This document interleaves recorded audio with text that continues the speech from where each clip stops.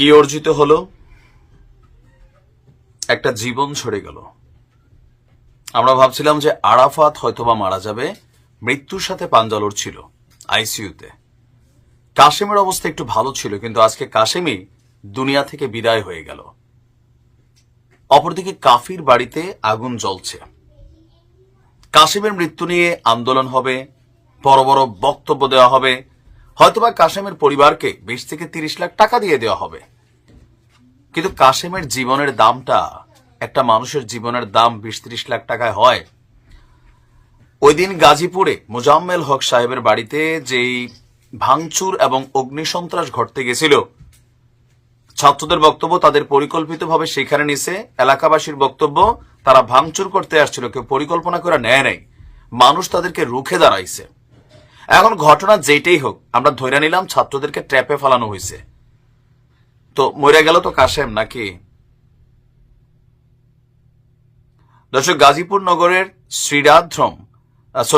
ধীরাশ্রম দক্ষিণ খান এলাকায় সাবেক মন্ত্রী মোজাম্মেল হকের বাড়িতে আওয়ামী লীগের সন্ত্রাসীদের হামলায় আবুল কাশেম 20 বছর বয়সের ছাত্র, সে আজকে মারা গেছে।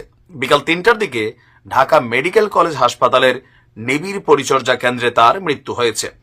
আর এটা নিশ্চিত করেছেন ঢাকা মেডিকেল কলেজের যিনি পরিচালক আছেন, ব্রিগেডিয়ার জেনারেল মোহাম্মদ আসাদুজ্জামান। আর কাশেমের মৃত্যুর বিষয়টা নিয়ে বৈষম্যবিরোধী ছাত্র আন্দোলনের হাসনাত আব্দুল্লাহ তিনি বলছেন যে গাজীপুরে আওয়ামী সন্ত্রাসীদের হামলায় কাশেম শহীদ হয়ে গেছে। প্রতি বিপ্লবের প্রথম শহীদ আমার এই ভাই। ইন্টেরিয়াম আওয়ামী লীগ নিষিদ্ধ করতে হবে। কইরা দিল, ধরেন আওয়ামী লীগ নিষিদ্ধ, আমরা ধরলাম আওয়ামী লীগ নিষিদ্ধ করে দিল, তো কাশেমরে আপনারা ফিরে আনতে পারবেন? বাংলাদেশে হয় কি যে আবেগে বাঙালি আমরা, এই যে মব জাস্টিসের খেলায় আপনাদের কেন মনে হয়, আমি বারবার যখন এগুলো বলি, এই গত 5 বছর আওয়ামী লীগের বলতাম, আওয়ামী লীগ এগুলো শোনা নেই, তখন আমাদেরকে শত্রু ভাবতো। আপনারা নিউজ তো আমাদের শোনেন, তাই না? যখন আওয়ামী লীগের নেতাদেরকে নিয়ে, ছাত্রলীগ নিয়ে, যুবলীগ নিয়ে মাঝে মাঝে ভিডিও বানাইতাম, তখন এরকম থ্রেড আসতো, এ আসতো, সে আসতো, গালাগালি আসতো, রাজাকার আসতো। এখন আবার যখন এগুলো বলি, তখন আওয়ামী লীগের দোষর, এটা সেইটা।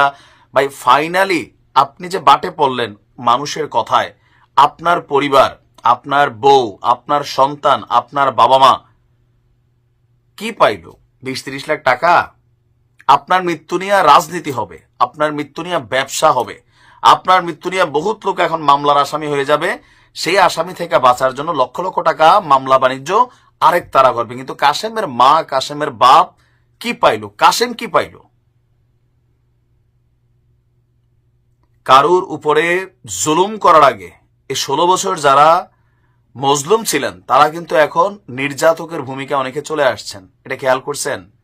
16 বছর আওয়ামী লীগ নির্যাতন করছে, আপনারা ছিলেন মজলুম, আবার আজকে আপনারা হয়ে গেছে নির্যাতক, আবার অনেক ভালো মানুষ হয়ে গেছে মজলুমের শিকার। আবার ক্ষমতার পালাবদল ঘটবে, এরকম কাশেমরা মারা যাবে, কাশেমদের নিয়ে বিবৃতি দেওয়া হবে, নেতারা লাশ কান্দে নিয়ে মিছিল করবে। ফাইনালি আপনি পাবেন কি? অন্যের জন্য ফাঁদ পাতলে সেই ফাঁদে কিন্তু নিজেকেই পড়তে হয়।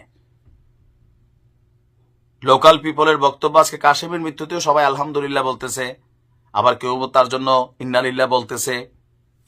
মিক্সিং তো নাকি? দয়া করে মব জাস্টিস করা থেকে বিরত থাকেন। এটা মনে রাখেন যে একজন মানুষ বিপদে পড়তেই পারে, তার ওই বিপদের সময় আপনি তো তার ফায়দাটা তোলেন। আইজ হোক কাইল হোক, আপনারা না পাইলে আপনার ছেলেরা না পাইলে ছেলের ঘরের নাতি। বাঙালি বড় হিংসা পরায়ণ জাতি, ছাড়ে না।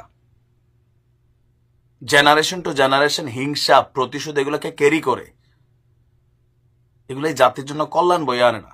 আর যাদের কথায় এই ভাঙচুর হয়েছে, তারা এখন এই পরিবারগুলোরে কি সান্ত্বনা দিবে, কি দায়িত্ব নিবে আমি জানি না। বা টাকা কখনো একটা মানুষের রিপ্লেসমেন্ট হয় না।